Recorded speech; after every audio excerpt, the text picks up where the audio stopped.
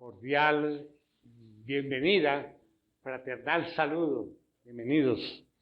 Vamos a iniciar entonces esta segunda parte de nuestro tiempo de adoración al Señor. Los invito a que me acompañen allí con sus rostros inclinados. Vamos a colocar este tiempo en las manos del Señor. Vamos a orar, mis hermanos. Oh Padre glorioso, gracias te damos, Señor, por el día de hoy, por las bendiciones que nos has impartido toda esta semana, Señor. Gracias por las fuerzas que nos das para continuar adelante y por todo lo que hemos disfrutado de ti, Señor, de tu mano. Gracias, Señor. Pedimos en este momento, Dios amado, que nos bendigas dándonos lo necesario, Señor, para poder comprender y poder retener y aplicar los principios de tu palabra. Señor, guárdanos en ti, en tu verdad, Señor. Danos crecimiento en esa relación contigo, Señor. Permite que podamos crecer a la imagen de tu Hijo. Por eso te pedimos, Señor, que moldees nuestro carácter para que podamos honrarte, Señor. Y líbranos, Señor, de estas nuestras tendencias naturales, Señor. Pedimos tu bendición en el nombre de Cristo nuestro Señor. Amén. Amén. Amén. Bien, mis queridos hermanos y amigos, si yo les pidiera a cada uno de ustedes que elaborara una lista con todos los problemas que tienen en este momento, de cualquier índole, ya sea económica, familiar, de salud o espiritual, y que lo colocaran como por orden, ¿sí?, de prioridad. Es decir, este es el problema más grande que yo tengo. ¿Cuál sería ese problema en el cual dice uno, yo necesito en este momento una ayuda? Déjeme decirlo de otra forma. Digamos que Dios promete que hoy te va a solucionar o a resolver uno de tus problemas. ¿Cuál sería ese problema? Ese que encabeza esa lista. Bien, tomamos nuestro tiempo. Ya quizá todos han pensado cuál sería ese problema. Y el mensaje de hoy tiene que ver con una historia muy conocida, en la cual nuestro Señor Jesucristo tiene un encuentro providencial con un hombre que tenía un grave problema, un gran problema, un problema muy evidente. Y yo espero, mis hermanos, que con el estudio de esta historia podamos, digamos, tener un concepto más claro de lo que son nuestros problemas. Así es que vamos a tratar de poner en perspectiva nuestros propios problemas con base en la historia que vamos a compartir esta mañana. Bueno, vamos al texto de una vez. ¿Cuál es nuestro texto de estudio? Es, como les dije, una historia muy conocida. Acompáñenme al Evangelio de Marcos y vamos al capítulo 2 y vamos a leer los primeros 12 versículos. Dice así la palabra. Cuando Jesús entró de nuevo en Capernaum, varios días después, se oyó que estaba en casa y se reunieron muchos, tanto que ya no había lugar ni aún a la puerta, y él les explicaba la palabra. Entonces vinieron y le trajeron un paralítico llevado entre 4 hombres. Como no pudieron acercarse a Jesús a causa de la multitud, levantaron el techo encima de donde él estaba y cuando habían hecho una abertura, bajaron la camilla en la que estaba acostado el paralítico. Viendo Jesús la fe de ellos, dijo al paralítico: Hijo, tus pecados te son perdonados. Pero estaban allí sentados algunos de los escribas, los cuales pensaban en sus corazones: ¿por qué habla este así? Está blasfemando. ¿Quién puede perdonar pecados sino solo Dios? Al instante, Jesús, conociendo en su espíritu qué pensaban de esta manera dentro de sí mismos, les dijo: ¿por qué piensan estas cosas en sus corazones?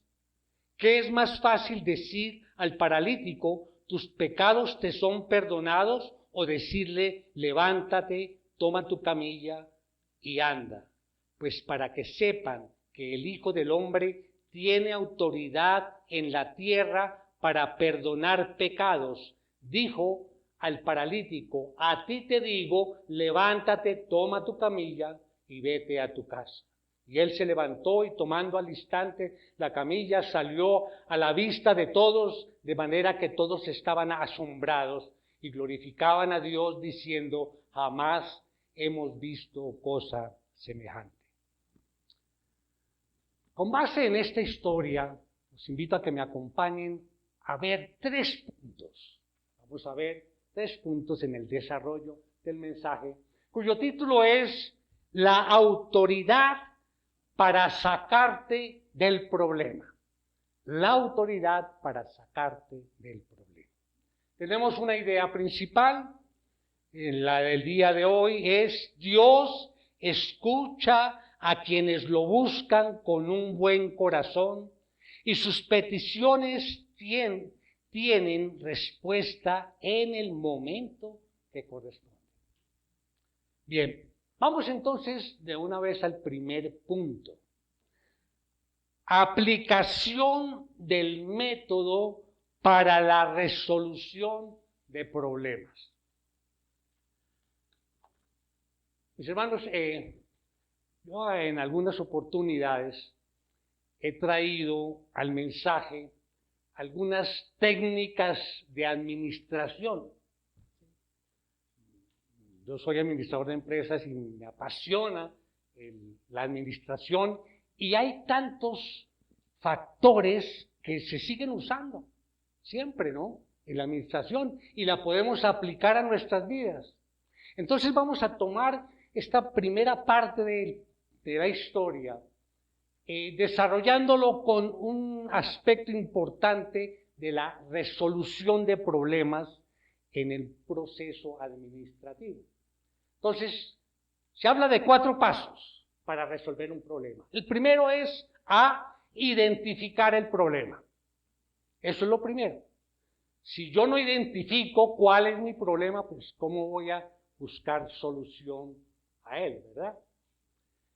Como esta historia gira alrededor de la sanación del paralítico, permítanme ayudarles a visualizar lo que significaba estar en esa condición en la época de Jesús. Pues obviamente ser paralítico en cualquier época siempre pues, es un gran problema. Pero es indudable que en los días de Jesús era una situación mucho más crítica que ahora. Ese hombre no tenía la menor esperanza de que alguien apareciera allí, un médico, un neurocirujano, que dijera: voy a hacer una operación y de pronto con ello puedes tener un poco de movilidad. No tenía esa esperanza. No tenía una esperanza de pronto de tener allí un fisioterapeuta que lo ayudara a fortalecer su masa muscular. Si tenía dolor, no tenía un analgésico, no tenía una silla de ruedas. Pensemos en eso. La situación era muy difícil. Todos los días él despertaba mirando al techo y esperando que alguien lo pudiera mover o llevar a algún lado. No se podía mover. Y así era cada día. La misma monotonía. Cada día el mismo escenario. El mismo aislamiento. Tirado allí en el suelo, en una litera.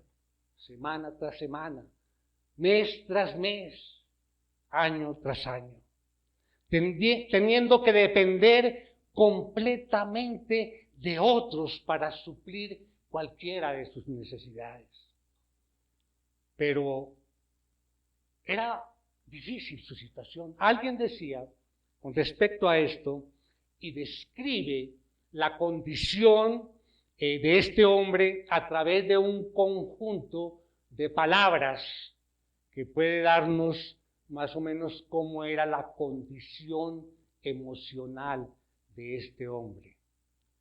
Dependencia, humillación, confinamiento, aburrimiento, soledad, frustración, vergüenza, desesperación. De manera que el problema de este hombre era más que evidente. Si él hubiera escuchado la pregunta que hice hace unos minutos, que les hice, mis hermanos, ¿cuál dirías tú que es el más apremiante de todos tus problemas? ¿Cuál es el más urgente de todos tus problemas? Él hubiera dicho inmediatamente, no puedo caminar y yo quiero caminar, quiero moverme. Y no existe la posibilidad alguna de que yo pueda hacerlo. He vivido así toda la vida. Ahí identificamos el problema, ¿sí? El punto A. ¿Cuál era el problema? Su parálisis. ¿Estamos de acuerdo hasta ahí? Bien. Punto B, soluciones opcionales. Entonces, cuando uno identifica el problema, va a mirar qué soluciones posibles tienen a la mano para poder solucionar el problema. En este caso es muy particular, porque está allí Jesús. Aparece Jesús, está allí en la misma ciudad donde está este hombre paralítico, allí en Capernaum. Además, Jesús viene ya con una trayectoria haciendo milagros. Aquí en el mismo Evangelio de Marcos, antes de esta historia, se habla de la curación del leproso, ¿sí? Entonces, como que en ese momento, por primera vez, este hombre vislumbra un rayo de esperanza. Hay una pequeña luz allí al final del túnel. Está Jesús allí y Jesús ha sanado a mucha gente. Además hay algo particular, que él tiene un grupo de amigos muy fieles a él. Amigos capaces de hacer lo que sea con tal de solucionar el problema de este hombre. Entonces vamos a elegir, punto C, a elegir la mejor solución. Es decir, se toma la decisión. Vamos a tomar la decisión. ¿Cuál es la mejor solución? Toman al hombre, lo ponen en una camilla y lo llevan a la casa donde está el Señor. Pero al llegar allí a la casa, se encuentran con una muralla de personas que están allí, como dice el versículo 2, y se reunieron muchos, tanto que ya no había lugar ni aún a la puerta, y él les explicaba la palabra. Había tanta gente en la casa que era imposible acercarse a Jesús, y mucho menos con una camilla, con esta persona allí en ella. Pero estos amigos eran persistentes, no se quedaron allí, no. De paso, hermanos, esa es una característica de la fe, ¿no? El que verdaderamente cree, actúa. Es una característica de la fe, una enseñanza para nosotros. Ellos tienen la fe suficiente y llegan, no, está lleno. No, a Jesús no alcanzamos ni siquiera a verlo. Vámonos. No, persistentes. Tenían esa convicción de que Jesús podía sanar a su amigo. Así que tomaron la decisión de llegar hasta él de la única manera posible. Entonces, punto D, plan de acción. ¿Sí? Ya habían elegido cuál era su solución, ¿no? Jesús lo va a sanar. Ahora, bueno, pues hacemos plan de acción. Las casas judías en esa época eran de un piso, ¿sí? Y tenían una azotea, que nosotros llamamos la azotea, ¿no? Entonces era plano allí arriba, esto era construido con madera, también había paja, espigas, ramitas y barro. Eso hacían una masa y hacían la plancha, y algunas colocaban algunas baldosas allí a lo alto del techo. Entonces, imaginémonos la escena.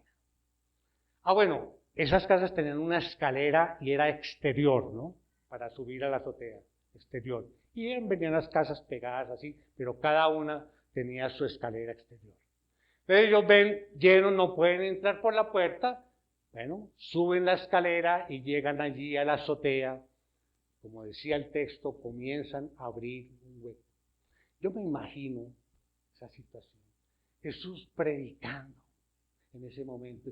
Comienza a caer la arenita, polvo y el ruido arriba, y comienzan a mirar todos y un huequito, y se va abriendo ese hueco. Yo decía, si eso pasara aquí, por ejemplo, sí, uno ve eso y lo primero que uno dice, no, seguridad, ayúdenme a sacar a estos locos. De pronto aparecen ahí 4 personas, o sea, algo, es un momento muy especial. En fin, bajan la camilla, la colocan allí frente a Jesús. Diríamos nosotros que, bueno, pero qué imprudentes, ¿no? O sea, qué inoportunos. El Señor está predicando, ¿cómo lo van a interrumpir de esa forma? Pero Jesús no lo vio así. Él no vio imprudencia, él no vio necedad. Lo que vio era la fe que ellos tenían. Así que es que el paralítico está allí, frente a Jesús. Todos, me imagino, que terminaron de murmurar lo que había pasado, se quedarían en silencio esperando el próximo paso. ¿Qué va a hacer Jesús con el paralítico? En el texto paralelo, en Mateo, dice la frase que el Señor Jesús, todos esperaban que lo sanara, ¿no? Obviamente. Pero el Señor Jesús le dice, hijo, tus pecados te son perdonados. Y en Mateo dice, hablando del mismo texto en el paralelo, anímate, hijo, tus pecados te son perdonados. Y ese anímate en griego es alégrate, llénate de gozo, llénate de alegría, tus pecados te son perdonados. Pero todavía estaba ahí sin poderse mover, quieto. Es impactante ese momento, ¿no? Todos estaban esperando que él se levantara, pero el Señor le dice, tus pecados te son perdonados. Él estaba allí en la misma condición física en la que llegó. Pero Jesús le dice que a pesar de todo esto, a pesar de estar así inmóvil, Él tiene toda la razón para estar contento, para tener ánimo, para estar alegre, porque Él ha recibido el más grande beneficio que un ser humano puede recibir jamás, el perdón de todos tus pecados. Entonces, para todos en la casa era evidente que el problema de ese hombre era que estaba completamente inmóvil. Pero el diagnóstico de Jesús es muy diferente al nuestro. Y esto nos lleva al punto número 2, la solución que todos esperamos. Nuevamente nuestra idea principal.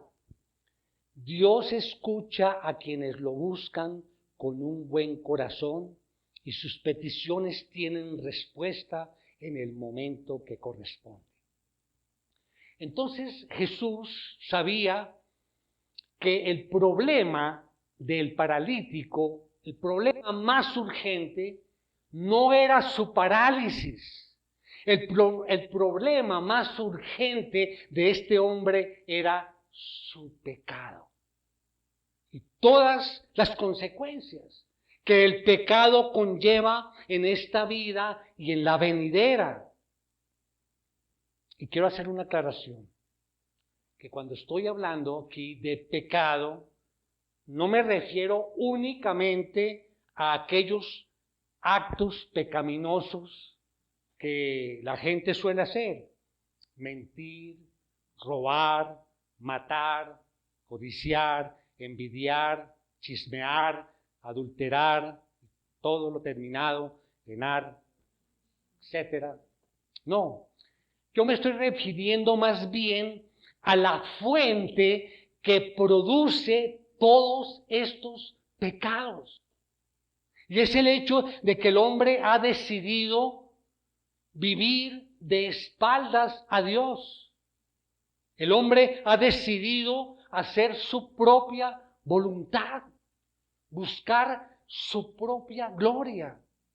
En otras palabras, el hombre ha decidido ser su propio Dios. De hecho, pensemos en la historia, en ese momento del paralítico, pues él no tenía, digamos, mucha capacidad física, pues, para hacer actos pecaminosos. No se podía mover, no podía robar, no podía adulterar, no podía matar, pero sí pecar. Él podía pecar y pecaba, porque el pecado es un problema del corazón.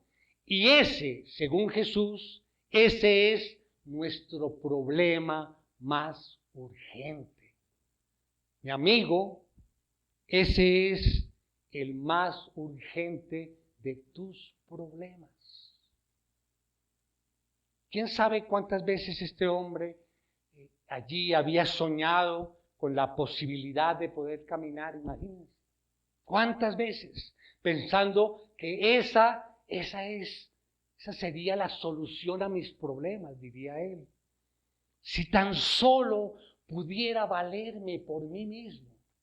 Si tan solo pudiera ir a donde yo quisiera, como yo quisiera, cuando yo quisiera, yo sería el hombre más feliz. Yo creo que nunca más volvería a quejarme de nada, diría él. Si tan solo volviera a caminar. Pero Jesús lo veía de otra manera. Para Jesús, si él lo sanaba únicamente de su parálisis, estaba dejando a este hombre en una terrible condición. Él no habría resuelto realmente el mayor de sus problemas. ¿Y saben qué, mis hermanos? Lamentablemente, esa es la ilusión en la que vive la mayoría de las personas. Ay, si tan solo sanara de esta enfermedad. Ay, si tan solo alguien me amara. Si tan solo tuviera un trabajo de gerente. Si tan solo mis hijos fueran más obedientes. Si tan solo coloquen allí lo que quieran. Tal vez el problema que les dije al comienzo, que colocaran allí en esa lista. Si tan solo, sea lo que sea, lo que tú pongas allí estás equivocado, completamente equivocado. Si tú crees que por tener cualquiera de esas cosas vas a tener una vida más plena y más feliz, estás equivocado. Pero ¿qué fue lo que hizo el Señor con el paralítico?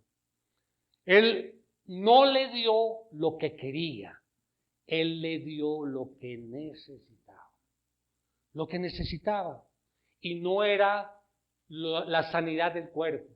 Lo que necesitaba era la sanidad de su alma. Lo que este paralítico necesitaba más urgentemente era el perdón de sus pecados. Y eso fue precisamente lo que Jesús le dio. Vamos al punto número 3. La decisión que todos enfrentamos. Nuestra idea principal: Dios escucha a quienes lo buscan con un buen corazón y sus peticiones tienen respuesta en el momento que corresponde. Me refiero un poco más a los amigos. Ya sabemos, cuando me refiero a mi amigo o a mi amiga, si hay alguien aquí en esa condición, yo le digo otra vez, yo no sé cuál es tu mayor anhelo en esta mañana. Pero si es algo que está fuera del Señor Jesucristo y del perdón de tus pecados, el perdón que solamente Él puede dar, si está fuera ese anhelo, estás cometiendo un terrible error. Y el pecado, tal vez uno de los pecados más destructivos, que es la idolatría. Estás buscando un propósito y significado fuera del Señor y del perdón de tus pecados. Estás en el lugar equivocado. Ese es el gran problema de los seres humanos. Van detrás de la fama, de la belleza, de la popularidad, del dinero, de la diversión, y al final terminan frustrados, porque su mayor necesidad sigue allí. Ese vacío que hay dentro de ti no se llena con ello. Así que lo primero que yo quiero resaltar de este pasaje es que, según Jesús, ninguna necesidad humana es más urgente que el perdón de tus pecados. ¿Saben por qué? Porque un día tendrás que presentarte en el tribunal de Dios para dar cuenta por tu vida. Lo dice allí en Hebreos 4:13. Acompáñenme allá, Hebreos 4:13 dice: no hay cosa creada oculta a su vista, sino que todas las cosas están al descubierto y desnudas ante los ojos de aquel a quien tenemos que dar cuenta. Dios conoce nuestra vida. Dios conoce cada detalle íntimo que tú crees que nadie conoce. Ah, no, estoy aquí solo y solamente yo lo sé. Él conoce cada detalle de nuestra vida. Pero en ese, digamos, panorama un tanto aterrador, este pasaje contiene una increíble noticia. Y es que ese mismo Dios contra el cual hemos pecado, ese mismo Dios que ha sido ofendido todo el tiempo por nosotros, ese mismo Dios decidió resolver el problema a costa de un gran sacrificio. Vamos al versículo 6 de nuestro texto. Pero estaban allí sentados algunos de los escribas, los cuales pensaban en sus corazones: ¿por qué habla este así? Está blasfemando. ¿Quién puede perdonar pecados sino solo Dios? Que al instante Jesús, conociendo en su espíritu qué pensaban de esta manera, dentro de sí mismo les dijo: ¿por qué piensan estas cosas en sus corazones? Interesante. Ellos no habían expresado, los que estaban allí en ese momento, ninguna palabra. Los fariseos o los escribas que estaban allí, pues obviamente mirando a ver qué era lo que iba a hacer Jesús. No dicen nada, pero sí lo pensaban. Por supuesto, Jesús tiene el poder para escuchar nuestro diálogo interno. Lo mencionaba en un mensaje pasado. Nuestro diálogo interno. Nosotros tenemos un diálogo interno permanente. Lo que nos callamos es cuando estamos dormidos, pero de resto hay un diálogo allí interno y ese lo conoce Jesús. Entonces veía él los corazones y lo que estaban pensando en ese momento esos líderes religiosos de Israel. Y lo interesante, hermanos, es que en ese caso, en ese proceso de razonamiento que ellos estaban haciendo, estaban en lo cierto. ¿Sí? Voy a explicarles en qué consiste. Ellos pensaron, mire, Jesús está proclamando tener poder para perdonar los pecados. Ellos están razonando eso cuando vieron a Jesús lo que hizo con el paralítico. Les dice, Él está diciendo que tiene poder. Y eso es correcto. Estaban razonando bien. Jesús no le dijo al paralítico: hijo mío, ve a Dios para que te perdone los pecados. No, Él dijo: yo te perdono los pecados.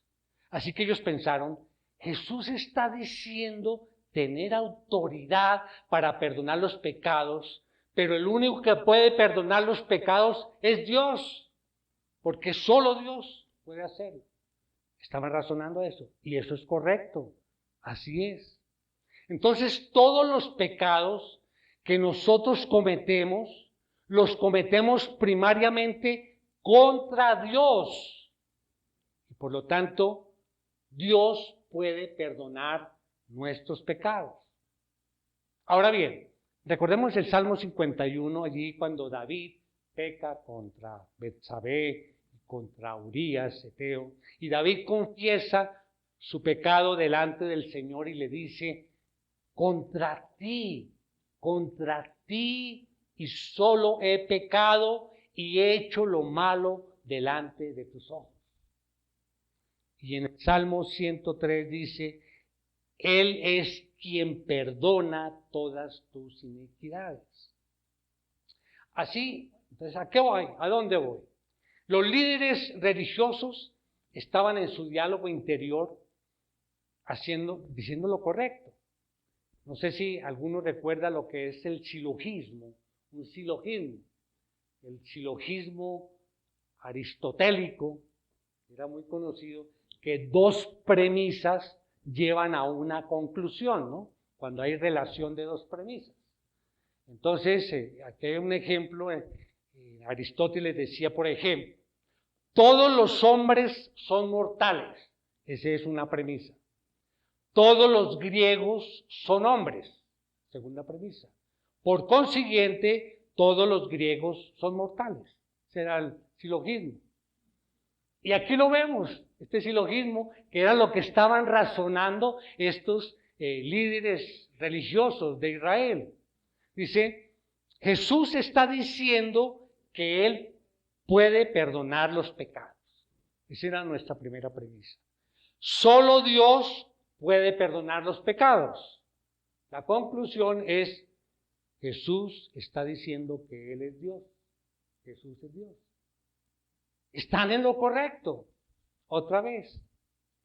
Jesús, cuando le dice al paralítico: hijo, tus pecados te son perdonados, lo que estaba diciendo en realidad es que todos los pecados que él había cometido en su vida, los había cometido contra Jesús, contra Dios.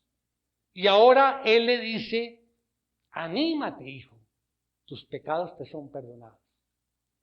Qué interesante, mirando esto, de que cuando nosotros pecamos es contra Dios. ¿Y quién debe perdonar? Pues el afectado, ¿no? Y Dios es el que tiene el poder para hacerlo. Voy a colocar un ejemplo. Imaginemos que hay un individuo que va por la calle y lo asaltan. Llegan 4 tipos y lo roban, lo golpean, le dan una paliza de esas, lo tiran al suelo, lo patean y lo dejan allí casi muerto. Alguien pasa, lo recoge y lo lleva al hospital y él está allí en el hospital. Y que llegue un amigo, el amigo más íntimo de este personaje, al hospital y que llegue sonriente, sí, y le diga: amigo, acabo de conocer a los que te asaltaron, a los que te volvieron así, te dejaron así, y yo los perdoné. Imagina, alégrate. Va a decir: bueno, ¿cómo así? ¿Quién te dio permiso, autoridad para perdonar en mi nombre? El afectado es quien debe perdonar. O sea que no hay hombre aquí en la tierra que tenga la autoridad para perdonar pecados, porque todos nuestros pecados son contra Dios. Por supuesto, los líderes religiosos que en su interior veían cuál era la verdad, pues no iban a hacerlo, ¿no? No podían aceptar de ninguna manera esa conclusión de que Jesús era Dios y que podía perdonar los pecados, y obviamente lo acusan de blasfemo. Versículo 7 dice: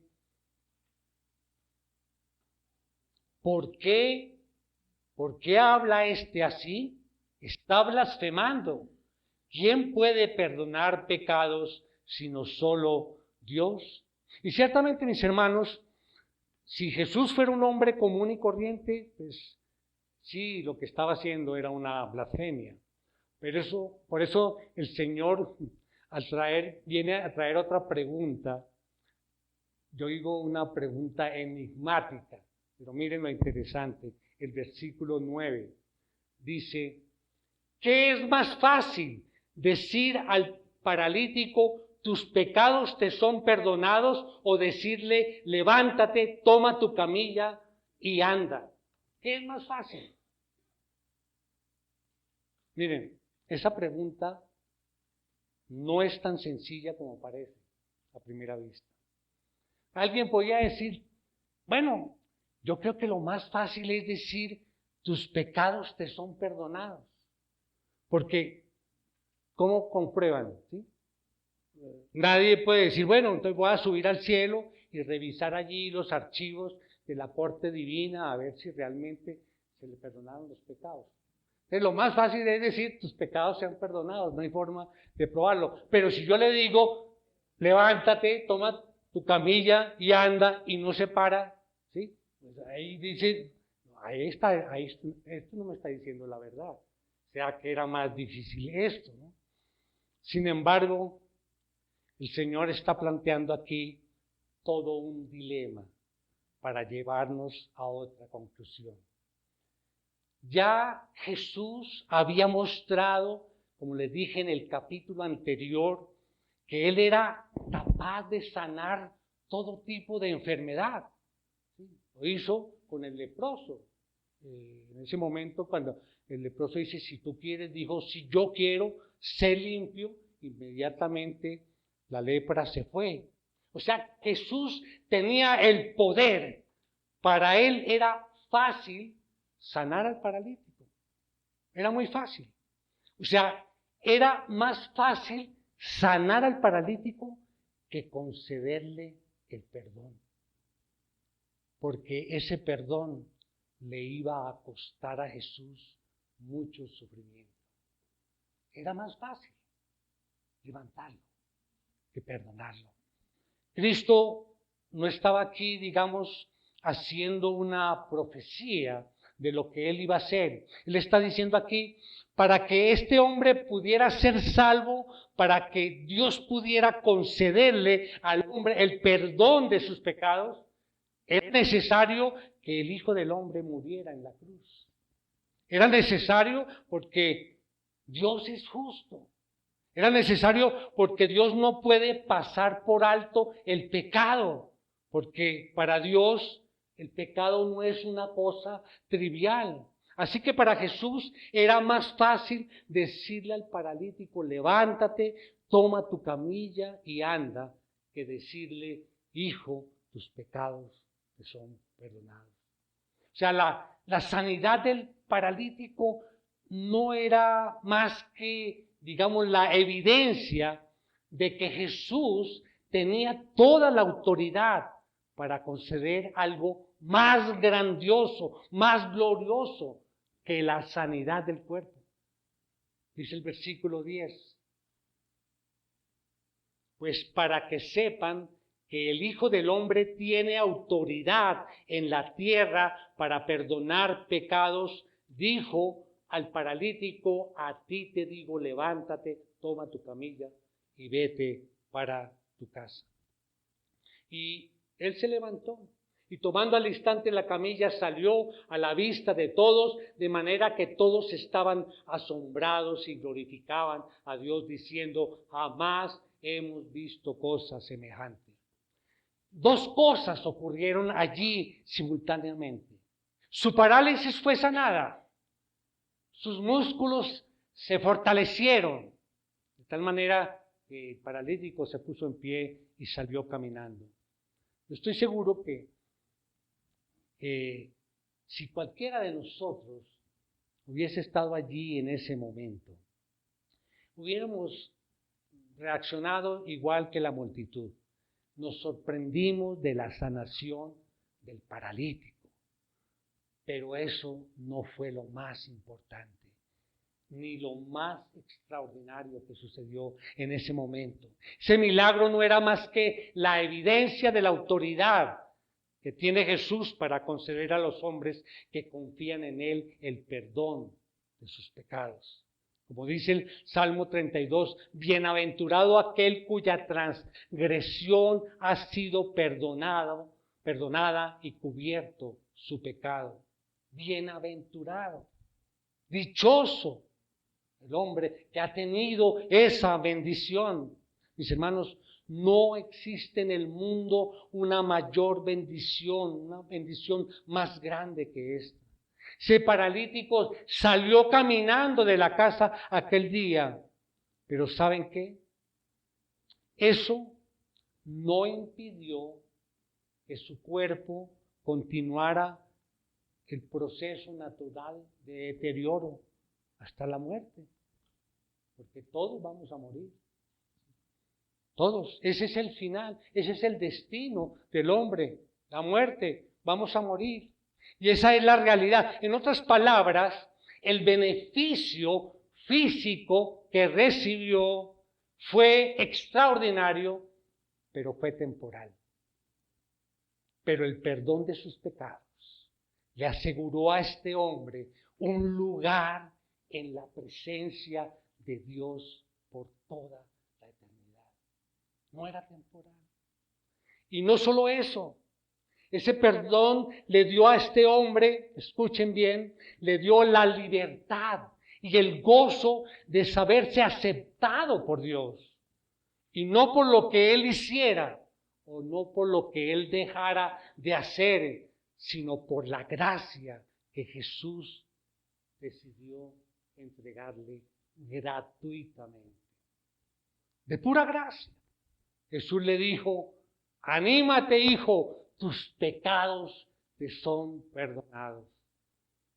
Pensemos allí en todos nuestros pecados, todos los pecados que hemos cometido durante toda la vida, pero por medio de la fe en Jesús, el Dios del cielo, Él, el perfecto en santidad, el perfecto en justicia, Él perdona todos tus pecados. por pura gracia, gratuitamente, por medio de la fe. Y quiero terminar haciendo referencia a los amigos. Un amigo, si tienes que decidir ahora lo que tú vas a hacer, porque hemos visto aquí esa sorprendente noticia. Si tú, mi amigo o mi amiga, si hay aquí, no haces nada, simplemente has escuchado algo, una invitación, pero tú decides no hacer nada y dejar las cosas como están, te estás colocando en la misma posición que los líderes religiosos de Israel. Indirectamente estás acusando a Jesús de blasfemo.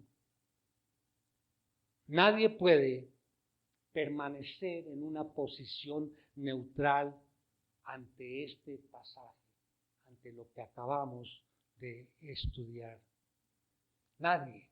O te colocas del lado de los escribas y fariseos en su acusación de blasfemo contra Jesús, o te colocas frente a Jesús como un pecador arrepentido, esperando recibir de Él por medio de la fe lo que solo Él puede darte, el perdón de tus pecados.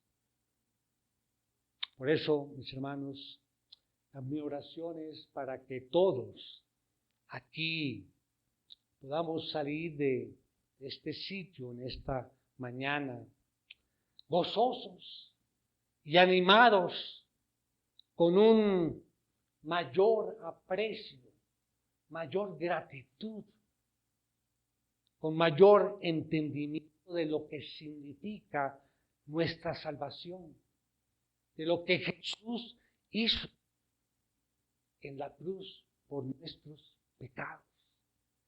Salir agradecidos y por supuesto con gozo, porque el gran Salvador nos ha otorgado por gracia, por medio de la fe, lo que verdaderamente necesitamos, lo que debe estar en el primer lugar de nuestra lista, perdón de nuestros pecados. Amén. Bueno, vamos a orar, mis hermanos, inclinemos nuestros rostros. Oh Señor, gracias de corazón por tu increíble regalo que es Jesús, por lo que Él vino a hacer aquí por nosotros. Se hizo un ser humano, nació allí como un niño, vivió una vida perfecta y llegó a morir en esa cruz por nosotros. Después resucitar de la muerte. Y todo esto para perdonar nuestros pecados. Gracias te damos, Señor. Gracias, Señor, por el desafío que nos has puesto a través de esta exposición y meditación de este pasaje. Señor, estas palabras que nos ayuden a comprender que el beneficio físico que recibió el paralítico fue extraordinario, pero fue temporal. Pero en cambio el perdón de sus pecados le aseguró a este hombre allí un lugar en tu presencia, Señor, por la eternidad. Ayúdanos, Señor, a vivir vidas llenas de gratitud. Nuestro amado Señor, te damos las gracias. En el nombre de Cristo oramos. Amén. Amén.